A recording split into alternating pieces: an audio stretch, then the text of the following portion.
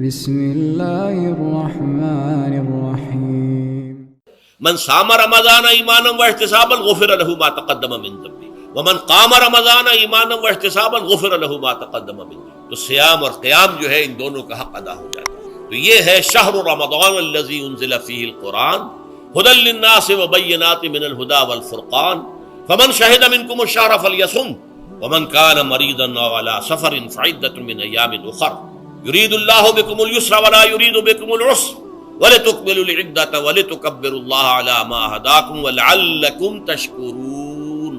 اب جو آخری لفظ ہے لَعَلَّكُمْ تَشْكُرُونَ، اب اس کی وضاحت سمجھ. اور رمضان کے یہ دو پروگرام جب پیرلل ہو جائیں گے، جب دونوں کی پابندی کی جائے گی تو اس کا حاصل کیا ہے؟ اس بات کو سمجھنے کے لیے سب سے پہلے آپ اس کو سمجھیے کہ جسے ہم خودی کہہ رہے تھے، جسے ہم سیلف کہہ رہے تھے، اپنی انا کو مضبوط کرنا، سیلف کنٹرول، ایگو جو ہے وہ پوری طرح قابو یافتہ ہو اڈ اور لبیڈو پر، اصل میں اسے مراد کیا ہے؟ اس پر میں نے تفصیل سے بحث کی ہے عظمت صوم نامی اپنے کتاب سے. ویسے یہ ہے کہ وہ مشکل ہے، ذرا فلسفیانہ اس کا انداز ہے، لیکن یہ ہے کہ وہی باتیں آسان الفاظ میں جو دوسرا کتاب چاہے عظمت سیام و قیام رمضان مبارک، وہ آسان ہے. اگرچہ یہ دونوں بہت ہی محدود تعداد میں ہمارے پاس ہیں، لیکن یہ کہ میں نے ذکر کر دیا، جو حضرات لینا چاہیں وہ لے لیں. لیکن یہ ہے کہ اس میں اصل پس منظر کیا؟ دیکھیے، ہمارا جو وجود ہے انسان کا، یہ کمپوزٹ ہے، مرکب ہے.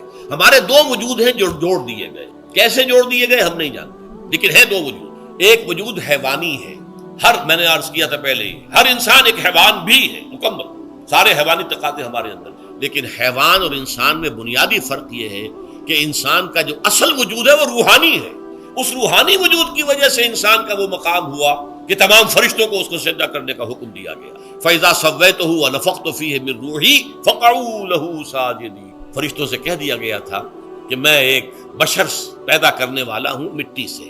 جب میں اسے پیدا کر لوں اور اس کی ناک پلک سوار دوں، دو پلک درست کر دوں، تو پھر اس کے سامنے اور اس میں اپنی روح میں سے پھونک دوں تو گر پڑنا اس کے سامنے سجدے. حیوان انسان اور انسان روحانی، یہ دونوں مل کر اب آدم بنے ہیں. نمبر دو، اس حیوان انسان کا وجود زمین سے ہے، مٹی سے پیدا کی، مٹی سے، گارے سے، طین لازب سے، چپچکانے والے گارے سے، وہ جس میں کہ بدبو پیدا ہو جائے، یہ ساری باتیں کہی گئی ہیں. اور سائنس بھی کہتی ہے مٹی سے پیدا ہوا. کیسے پیدا ہوا اس میں اختلاف ہے، لیکن یہ کہ ہے مٹی ہماری اوریجن. قرآن بھی کہتا ہے اور سائنس بھی کہتی ہے. اور ہمارے وجود کو جب وہ تھک جائے، مزمحل ہو جائے، اس کی انرجی کم ہو جائے، تو اس کے لیے جو غذا ہے، جو تقویت ہے، وہ بھی ساری زمین سے آ رہی ہے. آپ نے پھل کھائے، آپ نے گندم کھائی، آپ نے چاول کہاں سے آ رہے ہیں؟ اچھا، بکری کا گوشت کھایا تو بکری کا گوشت کس چیز سے بنا ہے؟ اس نے گھاس کھائی ہے، اس نے پتے کھائے ہیں، وہیں سے تو بنا ہے نا. الٹیمیٹ سورس آپ کے وجود حیوانی کے لیے جو آ رہی ہے وہ زمین ہے. وجود روحانی کو بھی تقویت کی ضرورت ہے، وہ بھی مزمحل ہوتی ہے، کمزور ہو جاتی ہے. خاص طور پر جب کہ وجود حیوانی کا اس پر غلبہ ہو جائے، تب تو یوں سمجھیے کہ وہ بالکل بے ہوش ہو کر موت کے قریب ہو. اس کی تقویت، اس کی غذا وہیں سے آئی ہے جہاں سے روح آئی ہے. وہ کلام ربانی ہے، روح ربانی. نفخت فیہ من روحی، من روحی، من روحی، میں پھونک دوں اس میں اپنی روح میں سے. روح کا تعلق ذات باری تعالیٰ کے ساتھ. اسی طرح کلام ربانی کہاں سے آیا ہے؟ اللہ تعالیٰ کے پاس. یہ اس کی تقویت کا ذریعہ. اب عام حالات میں کیا ہوتا ہے؟ ہمارا یہ وجود حیوانی چھایا ہوا ہے ہمارے وجود، بیچاری روح جو ہے دبی رہتی ہے، پسی رہتی ہے. اگر خدا نے خواستہ ہم گناہ گار بھی ہیں، گناہ پر گناہ کا ارتکاب کر رہے ہیں، تو وہ روح جو ہے وہ قلب کے آئینے شیشے کے اندر، فیہا مصباح، المصباح فی زجاجہ، الزجاجہ تو کانہا کوکب دری. قلب جو ہے شیشے کے مانند ہے جس کے اندر روح کا چراغ جل رہا ہے. اب اگر یہ اوپر جو شیشہ ہے اس پر دھواں آ گیا، لالٹین کی چمنی پر دھواں آ گیا، تو روشنی باہر تو نہیں آئے گی. اگر انسان گناہ کرتا ہے تو قلب پر رین، زنگ آ جاتا ہے، یا حضور نے فرمایا ایک داغ لگ جاتا ہے. اور گناہ کرتا ہے اور داغ لگتا ہے، اور گناہ کرتا ہے اور داغ، یہاں تک کہ بالآخر پورا قلب سیاہ ہو. اب وہ روح اندر بند ہو گئی، وہ دفن ہو گئی. اس کے لیے اب ضروری ہے کہ اب ایک پروگرام ایسا دیا جائے جو ریورس ہو جائے. دن میں روزہ رکھواؤ تاکہ وہ جو اینیمل انسٹنکٹس ہے وہ دبے. تو جب یہ وزن جو ہے اس کے اوپر کم ہوگا تو کچھ سائی آف ریلیف اسے ملے. جیسے بے ہوش آدمی پڑا ہے، اسے کچھ ہلکا سا ہوش آ رہا ہے، آپ نے پانی کے کچھ چھینٹے دیے، اس کے بعد آپ نے رات کو کھڑے ہو کر قرآن کے انوار کو اتارا، بارش برس رہی ہے روح انسانی کے اوپر. قلب روحانی، قلب انسانی کے اوپر، جس میں کہ وہ روح جو ہے وہ دفن، وہ زندہ ہوگی اثر نو، ہوش میں آئے گی، اور ہوش میں آئے گی تو دو کام ہو، ایک تو اسے قرآن کی عظمت کا احساس ہوگا، یہ قرآن میری حیات تازہ کا ذریعہ بنا ہے، میں دب گئی تھی، میں پس گئی تھی، میں بے ہوش تھی، میں نیم مردہ تھی، اس قرآن کی بارش نے، یہ ترشح جو ہوا ہے مجھ پر، اس نے مجھے حیات تازہ عطا، یہ جو قدر کا احساس ہوگا قرآن کا، لعلکم تشکرون، تاکہ تم قرآن کی عظمت سے واقف ہو۔ ایک انسان بھوک کی وجہ سے اس کا شوگر لیول اتنا گر گیا کہ بے ہوش پڑا ہوا، اب ظاہر بات ہے کہ آپ اسے کچھ پانی کے چھینٹے دیں گے تو کچھ ہوش میں آئے گا، پھر غذا دیں گے تو اب وہ پوری توانائی پر آئے گا، تو معلوم ہوگا اسے اس غذا کی کیا قدر و قیمت ہے۔ اگر آپ کو بھوک ہی نہیں لگتی تو غذا بے معنی ہے، پیاس ہی نہ لگے تو آپ کو کیا معلوم کہ اس پانی کے اندر کتنی بڑی عظمت ہے، یہ میرے لیے کتنا بڑا انعام و احسان ہے اللہ کا۔ وہ تو پیاس پر جان پر بنی ہوئی ہو، اور پیاس اس وقت آپ کو ایک گھونٹ پانی کوئی دے دے تو آپ کو معلوم ہوگا دنیا و مافیا سے بڑھ کر ہے یہ ایک گھونٹ پانی جو مجھے ملا۔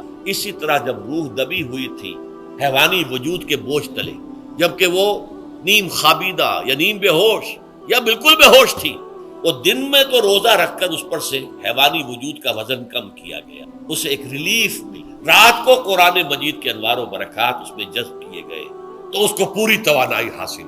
اس پوری توانائی کا پہلا نتیجہ تشکر، قرآن کا شکر، الحمدللہ الذی انزل علی عبدہ الکتاب ولم یجعل لہ عوجا، پھر وہ قلب کی گہرائیوں سے نکلے گا، سارا شکر اس اللہ کے لیے جس نے اپنے بندے پر صلی اللہ علیہ وسلم کتاب نازل کی اور اس میں کوئی کجی نہیں رکھی، کسی طرح کی ایش پیش نہیں، یا تبارک الذی نزل الفرقان علی عبدہ لیکون للعالمین نصیرا، بڑی بابرکت ہے وہ ذات جس نے اپنے بندے پر فرقان نازل کی تاکہ وہ تمام جہان والوں کے لیے نذیر اور خبردار کرنے والا بنے۔ یہ قرآن کی عظمت کا احساس، اور ظاہر بات ہے جس قدر کسی نعمت کی قدر و قیمت کا احساس ہوگا اسی قدر تو آپ شکر ادا کریں گے۔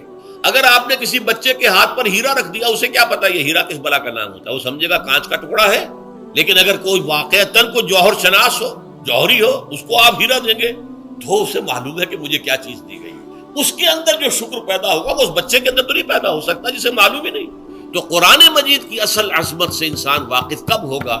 جبکہ اس کے ذریعے سے اس کی روح کو ایک حیات تازہ مل جائے، اور اس طرح وہ پروگرام ریورس ہو جائے جو عام طور پر چل رہا تھا، ساری توجہ اپنے جسم پر، اس کے تقاضوں، جسم میں تھوڑی سی پھنسی نکل آئی ہے، بھاگ رہے دوڑ رہے ہیں اس کے علاج کے لیے، کوئی اور مرض لاحق ہو گیا ہے، بھاگ رہے ہیں دوڑ رہے ہیں اس کے علاج کے لیے، بڑی بڑی فیسیں بھی دے رہے ہیں، ساری جسم کی پرواہ ہے، روزانہ نہا رہے ہیں اور اچھے سے اچھا صابن لا کر نہا رہے ہیں، وہ جسم کی پرواہ ہے نا، اس کی دیکھ بھال ہے، روح کی طرف توجہ ہی نہیں۔ یہ ہے وہ بات جو کہی گئی ہے سورہ حشر میں، اور جسے علامہ اقبال نے پھر اپنے فلسفہ خودی کی اساس اور سورس قرار دیا، وَلَا تَكُونُوا كَالَّذِينَ نَسُوا اللَّهَ فَأَنسَاهُمْ أَنفُسَهُمْ أُولَٰئِكَ هُمُ الْفَاسِقُونَ۔ دیکھو اے مسلمانوں، ان لوگوں کے مانند نہ ہو جانا جنہوں نے اللہ کو بھلا دیا تو اللہ نے انہیں اپنے آپ سے غافل کر دیا، اور یہی لوگ فاسق و فاجر ہیں۔ یہ سوال پیدا ہوتا ہے کہ انسان اپنے آپ سے کہاں غافل ہوتا ہے؟ کیا اپنے وجود حیوانی سے غافل ہوتا ہے؟ کیا بھوک لگتی ہے تو وہ ادھر ادھر منہ نہیں مارتا، غذا کو حاصل کرنے کے لیے کوشش نہیں کرتا؟ پیاس لگتی ہے تو کیا پانی یا کوئی اور مشروب تلاش نہیں کرتا؟ کوئی بیماری لاحق ہوتی ہے تو کیا اس کے علاج کی طرف توجہ نہیں کرتا؟ اسے آرام کی حاجت ہوتی ہے تو آرام نہیں لیتا؟ اپنے اس وجود سے تو غافل نہیں۔ کون سے وجود سے غافل ہوا ہے؟ وہ روحانی وجود سے غافل ہے، بھول گیا کہ میرے اندر روحانی وجود بھی ہے اور اس کا تعلق ذات باری تعالیٰ کے ساتھ۔ اس نے سمجھا کہ میں بس حیوان ہوں، نرا حیوان، اپنے اس وجود کی اصل حقیقت ہی سے بے خبر، غافل۔ چنانچہ آج کے دور کا سب سے بڑا المیہ کیا ہے؟ ڈارون کے نظریے کے جو اثرات پیدا ہوئے ہماری معاشرت پر، ہماری سوچ پر، ہمارے فکر پر، ہمارے فلسفے پر، ہماری سوشولوجی پر، وہ کیا ہے کہ ہم بھی نرے حیوان ہیں۔ اللہ یہ سب سے بڑی محرومی ہے اس دور کی کہ انسان اپنے اصل شرف سے خود ہی مستعفی ہو گیا۔ ہمارا کوئی وجود ہے ہی نہیں، روحانی وغیرہ، روح کسے کہتے ہیں ہم نہیں جانتے، بس یہ جسم ہے۔ ہم اللہ کو نہیں جانتے کون ہے کون نہیں ہے، ہوگا ہم تو اس کائنات کو جانتے ہیں، ہم روح سے واقف نہیں، ہم تو اپنے جسم کو واقف۔ آخرت سے ہمیں کچھ پتہ نہیں، شاید ہو شاید نہ ہو، کچھ پتہ نہیں، لیکن یہ زندگی تو ہے، اسے ہم جانتے ہیں۔ یہ ہے آج کے انسان کا سب سے بڑا المیہ، اور یہ ہے ماس اسکیل کے اوپر ارتداد، ذہنی طور پر مرتد ہو چکے ہیں انسانوں کی عظیم اکثریت مرتد ہو چکی۔ یہ ہے در حقیقت کہ روزہ جو ہے اس پروگرام کو آ کر ریورس کرنا، دن میں کھانے پینے، جنسی تقاضے پر پابندی، وہ وجود حیوانی کا وزن کچھ کم، روح جو دبی ہوئی تھی یا سسک رہی تھی یا بے ہوش تھی یا نیند مردہ تھی، اسے کچھ ریلیف ملا۔ اب اس کے اوپر قرآن مجید کے تیرے ضمیر پہ جب تک نہ ہو نزول کتاب، گرہ کشاہ نہ رازی نہ صاحب کشاف، ہمارے دلوں کے اوپر بارش ہو رہی ہو انوار قرآنی کی، وہ ظاہر بات ہے کہ بغیر سمجھے تو نہیں ہوگی بارش، وہ تو آپ کو سمجھ رہے ہوں گے تو بارش ہوگی، ورنہ تو یہ ہے کہ ٹھیک ہے میں پہلے بھی عرض کر چکا آپ کو ثواب تو ملے گا، لیکن یہ ہے کہ وہ اصل مقصد قرآن کی عظمت کا قلب کی گہرائیوں سے اعتراف جو ہے اور اس پر اللہ کا شکر تو ادا ہوگا، لعلکم تشکرون، جبکہ قرآن مجید جو ہے آپ کے قلب کے اوپر نازل، اس کا مفہوم نازل۔ اچھا، اس کا دوسرا نتیجہ کیا نکلتا ہے؟ جب وہ روح جو ہے وہ ہوش میں آئے گی، اس کو حیات تازہ مل گئی، وہ اپنے اصل مرکز اور منبع اور سرچشمہ کی طرف جو ہے عربی زبان کا ایک مقولہ ہے، کل شیء یرجع الی اصلہ، ہر شے اپنی اصل جڑ کی طرف جو ہے لوٹتی ہے۔ ہمارا وجود حیوانی زمین سے زمینی کی طرف لوٹتا ہے، یعنی مرنے کے بعد زمینی میں چلا جائے گا۔ اور نمبر دو، دنیا میں بھی زمینی خواہشات، زمینی تمنائیں، آرزویں وہ ہیں، ولکنہ اخلد الی الارض، جیسے کہ سورہ وہ کہا گیا ہے بلعام بن باعورہ کے بارے میں سورہ اعراف کو، تو زمین ہی کی طرف دھنستا چلا ہے۔ ہماری روح کا منبع اور سرچشمہ ذات باری تعالیٰ ہے، وہ امر رب ہے، لہذا فوراً انسان اپنے رب کی، یہ اللہ کی طرف متوجہ ہو جانا اور پھر اس سے ہم کلام ہونا اور اس سے دعا کرنا، یہ ہے روزے کا اصل مقصد۔ جب صیام اور قیام رمضان مبارک کا دوہرا پروگرام ہوگا تو روح انسانی یا انسان کا حیوانی وجود اپنے مرکز کی طرف مائل پرواز تھا، حسن اس کو کہہ لیجئے، اپنے مرکز کی طرف مائل پرواز ہے روح، ہر شے اپنی اصل کی طرف لوٹتا، لہذا یہ اللہ کی طرف متوجہ ہونا، یہ اللہ تعالیٰ کی طرف متوجہ ہونے کا معاملہ دنیا میں رہا ہے کہ لوگ کہیں جنگلوں میں جا کر تپسیاں کر کے، غاروں میں بیٹھ کے، بڑی بڑی ریاضتیں کر کے کیا چاہتے تھے؟ مجھ کو ہے تیری جستجو، مجھ کو تیری تلاش، خالق میرے کہاں ہے تو، مجھ کو تیری تلاش۔ میں نے یہ نظم جو ہے تقریباً 6 سال جو ہے ہر روز صبح، ہمارا جو ہائی اسکول تھا اس میں جو صبح پریئر ہوتی تھی، لوگ سب جمع ہوتے تھے، پورا اسکول جو ہے اس کے ہمارے طلباء، تو یہ نظم جو ہے پڑھی جاتی، مجھ کو ہے تیری جستجو، مجھ کو تیری تلاش ہے، خالق میرے کہاں ہے تو، مجھ کو تیری تلاش ہے۔ روح انسانی چاہتی ہے اللہ کا تقرب، اللہ کے قریب ہونا، اللہ سے رشتہ استوار کرنا، یہ وجود حیوانی حائل ہے اس کے راستے، یہ حیات دنیاوی اس کے لیے پنجرا بن گئی ہے، اس روح کے لیے یہ ایک ادر حقیقت ایک قید خانہ ہے، جیسے کہ حضور نے فرمایا کہ الدنیا سجن المومن وجنت الکافر، مومن کے حق میں یہ دنیا قید خانہ ہے، اس کی روح جو ہے یہاں آ کر اس جسد حیوانی کے اندر جو ہے وہ دفن ہو گئی، قید خانہ ہے، اس پنجرے میں بند ہو گئی۔ تو لیکن وہ کافر کے لیے یہی باغ و بہار ہے، یہیں پر عیش کرتے ہیں، یہیں پر مزے لوٹنے ہیں۔ تو اس سے در حقیقت ریلیف ملتا ہے، تو انسان متوجہ ہوتا ہے اللہ اور دعا کرتا ہے اللہ سے ہم کلام ہوں۔ اگر ویڈیو پسند آئی ہو تو لائک ضرور کریں، ایسی ہی ویڈیوز کے لیے چینل کو سبسکرائب کریں اور کمنٹ میں جزاک اللہ لکھنا نہ بھولیں۔